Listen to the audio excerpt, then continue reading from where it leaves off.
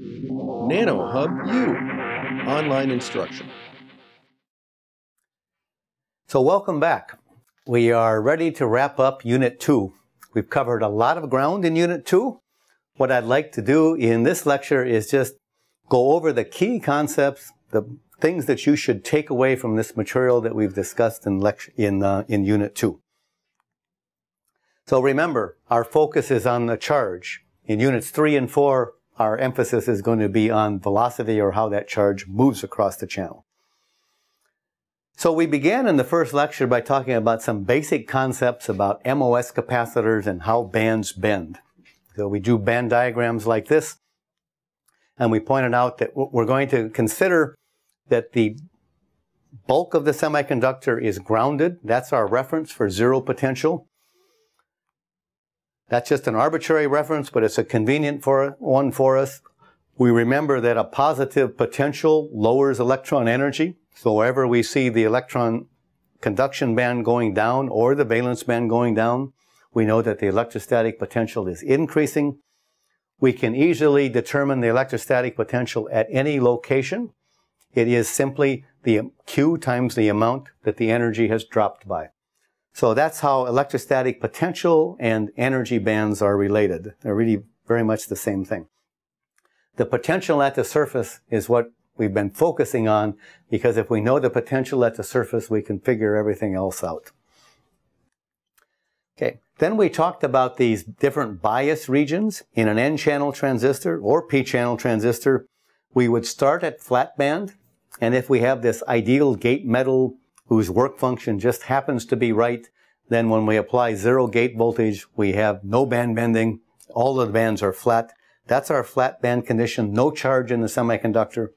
If we apply a negative gate potential, we pull the bands up. Positive charge accumulates at the interface. We call that accumulation. If we apply a positive gate voltage, we pull the bands down. We deplete the region near the surface, and we expose the negatively charged acceptor atoms. If we apply a large enough positive bias, we pull the conduction band down close enough to the Fermi level that we get a significant number of mobile electrons. The device turns on, and that's what gives us the current above threshold.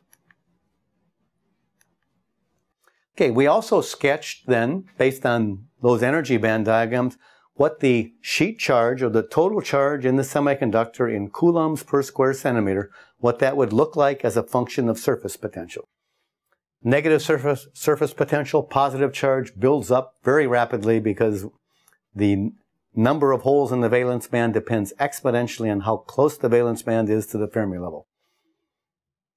If we deplete the semiconductor, initially we just push the positive charge away. The depletion charge we saw very slowly with surface potential, that's the square root. But if we bend the bands enough, then the surface potential, then the mobile electrons will start to pile up, and the mobile electron density will increase exponentially with surface potential. Yeah, notice down here I'm being a little bit careful because I'm on a log plot here. When the charge goes to zero, log of zero is minus infinity. So we sort of cut off the charge at some arbitrary lower limit there. And we're not showing it's going to continue to go down as the surface potential goes towards zero. Okay, in lecture 2, we discussed how under one condition it is easy to solve the Poisson equation. The condition is that we have 1D, and the condition is that we're in depletion. Then it turns out to be relatively easy to solve for the surface electric, it's easy to solve for the depletion layer depth, for the electric field at the surface, and for the total charge in coulombs per square centimeter in the depletion region. And they're directly related to the surface potential. So that's a derivation that's easy to do and proves to be very, very useful for us. But it only works when we're in depletion. Now, we talked in lecture 3 about how, we learned in lecture 2 how everything depends on the surface potential, but it's the gate voltage that determines the surface potential. So in lecture 3, we related the gate voltage to the surface potential that results. And we did that by establishing this important equation. The first term here is the voltage drop across the oxide layer. The second term is the voltage drop across the semiconductor. We add the two together and we get the voltage at the gate. And then we learned that if we're in depletion, there isn't much charge in the semiconductor. This term is small, so most of the gate voltage gets into the surface potential. Not all of it. This M factor is a little less than 1, but we can affect the surface potential strongly with the gate voltage. When we go above threshold, there is a lot of charge in the semiconductor. This term gets to be very big.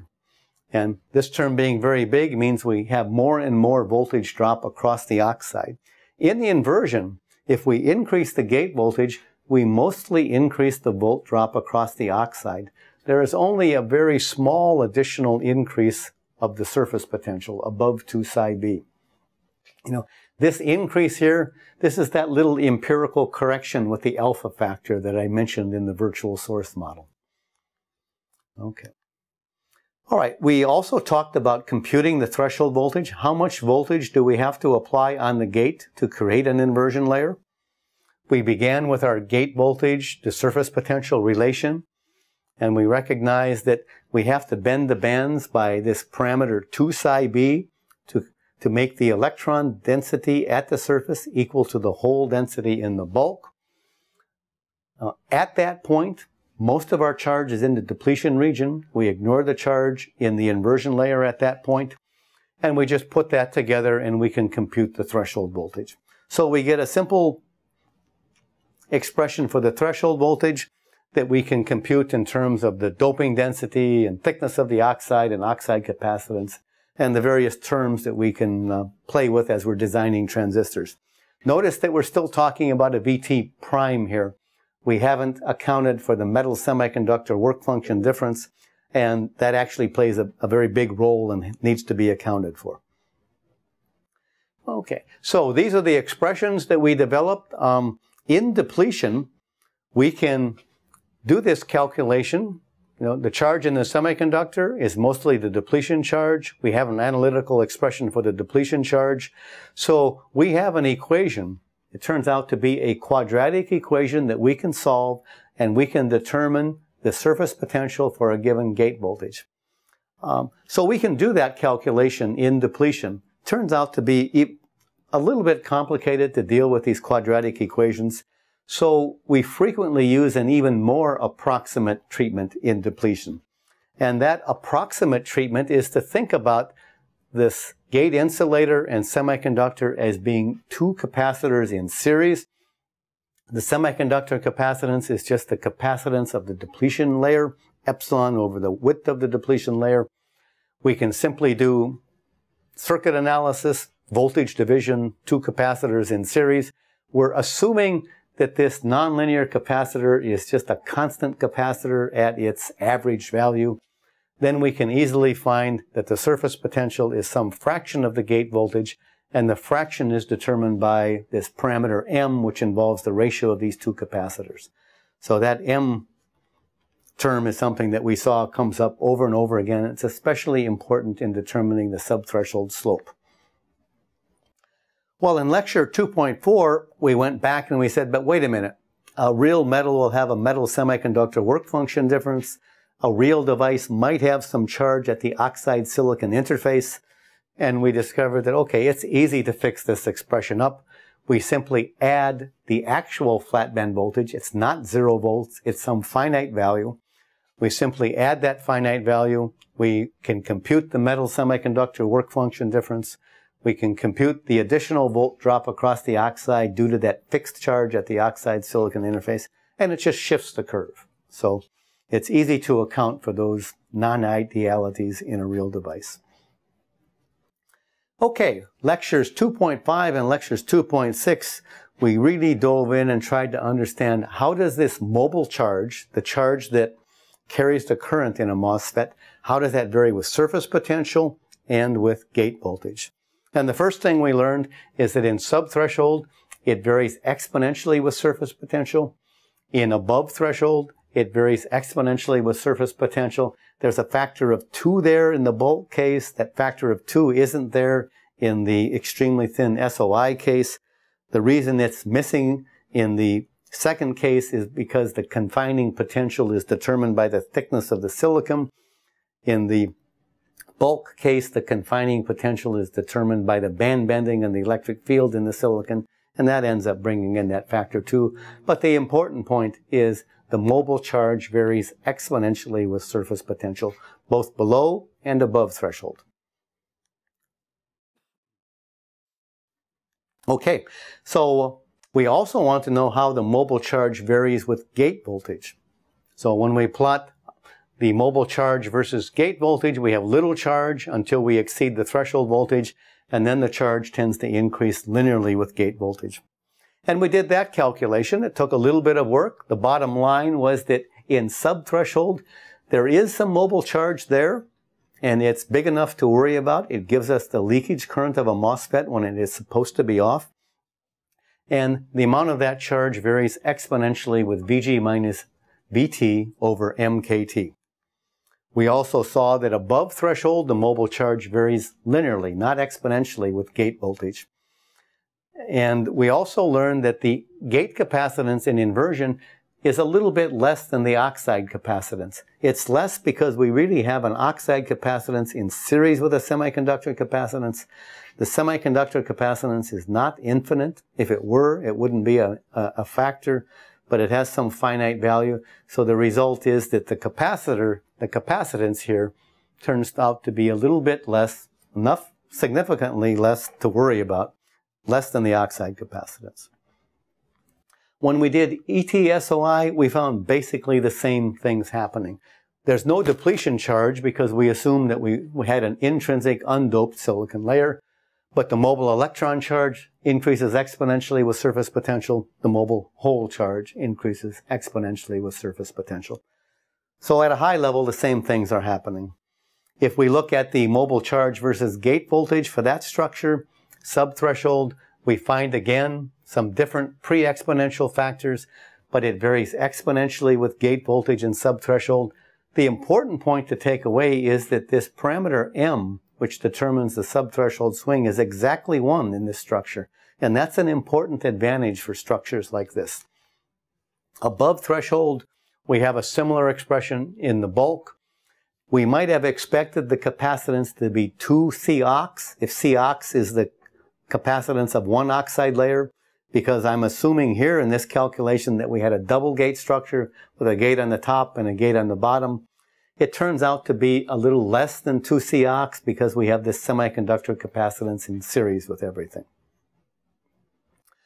Okay, in lecture 7, we finally began to look at real structures in which we have sources and drains right around the channel. We have two-dimensional fields, and we asked ourselves, what effect do two-dimensional electrostatics have? So two-dimensional electrostatics are responsible for some of the non-idealities that we see in transistors. So this translation of the ID VGS characteristic with drain voltage is a non-ideal effect. This is what we've been calling Dibble. That's a 2D electrostatic effect. That leads to a drain voltage dependent threshold voltage. Now, if we go to short channel effects, short channels, these 2D effects can become very strong. The Dibble increases. The subthreshold swing might increase too, and that's not a good thing. If we go to really short channels, or if we just haven't designed the transistor very well, we can get some very severe leakage currents. Now we're finding that the drain current is relatively insensitive to the gate voltage, and the device is very hard to turn off. We say that that device is punched through. So 2D electrostatics increases Dibble, and that happens when we shrink the channel length. It also happens if we increase the drain voltage. The subthreshold swing might also increase at short channel lengths or at high drain voltages. And if we have punch through, then we know we're dealing with basically catastrophic 2D effects.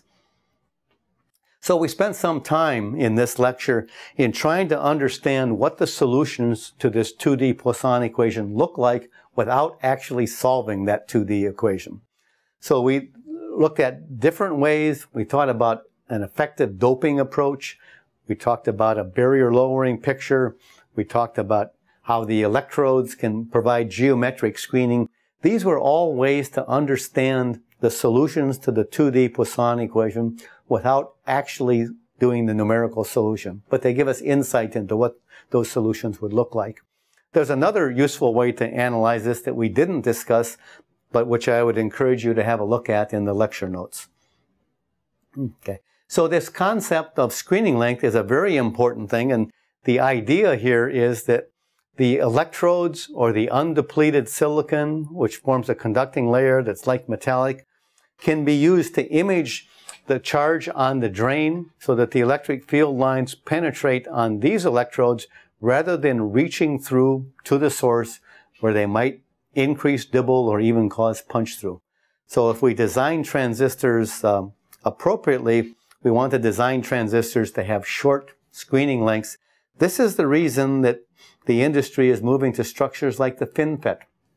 So in the FinFET, we have a vertical fin, that's our channel, and the gate is wrapped around both sides, so it's like a double gate structure. It provides much better geometric screening, and it makes it very much harder for the field lines to get through and affect the barrier between the source and the channel.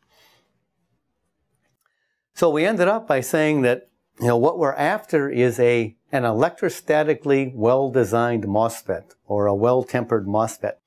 It's one in which, at the virtual source, which is the top of this energy barrier, an equation like 1D MOS electrostatics still applies. If we carefully design the MOSFET, that will happen. It's just that we'll have some dibble so that the threshold voltage will be weakly dependent on the drain voltage.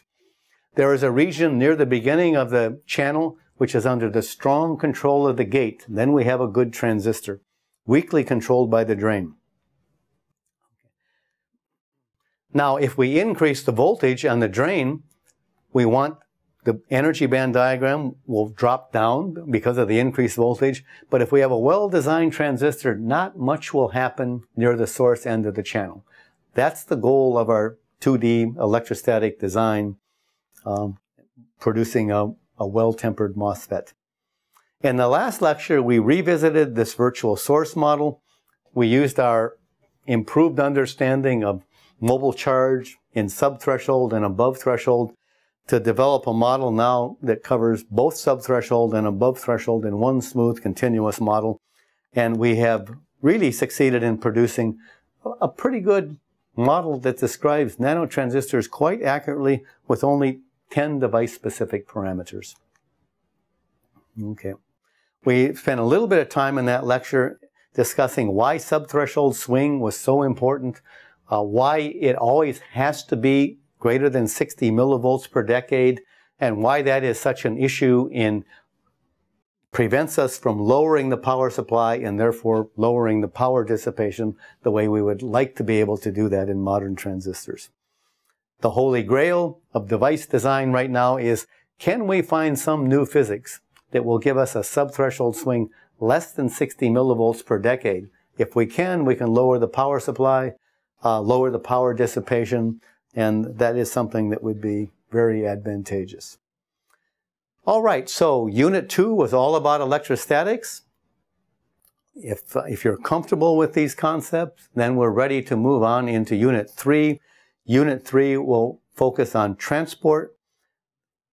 The Units 3 and 4 are both on transport, but we will begin in Unit 3 with ballistic transport, assuming electrons just propagate across the channel without encountering anything that impedes their motion, no scattering at all. That will be the subject of Unit 3. We'll combine our understanding of electrostatics with transport, and we'll develop a model of the ballistic nanotransistor.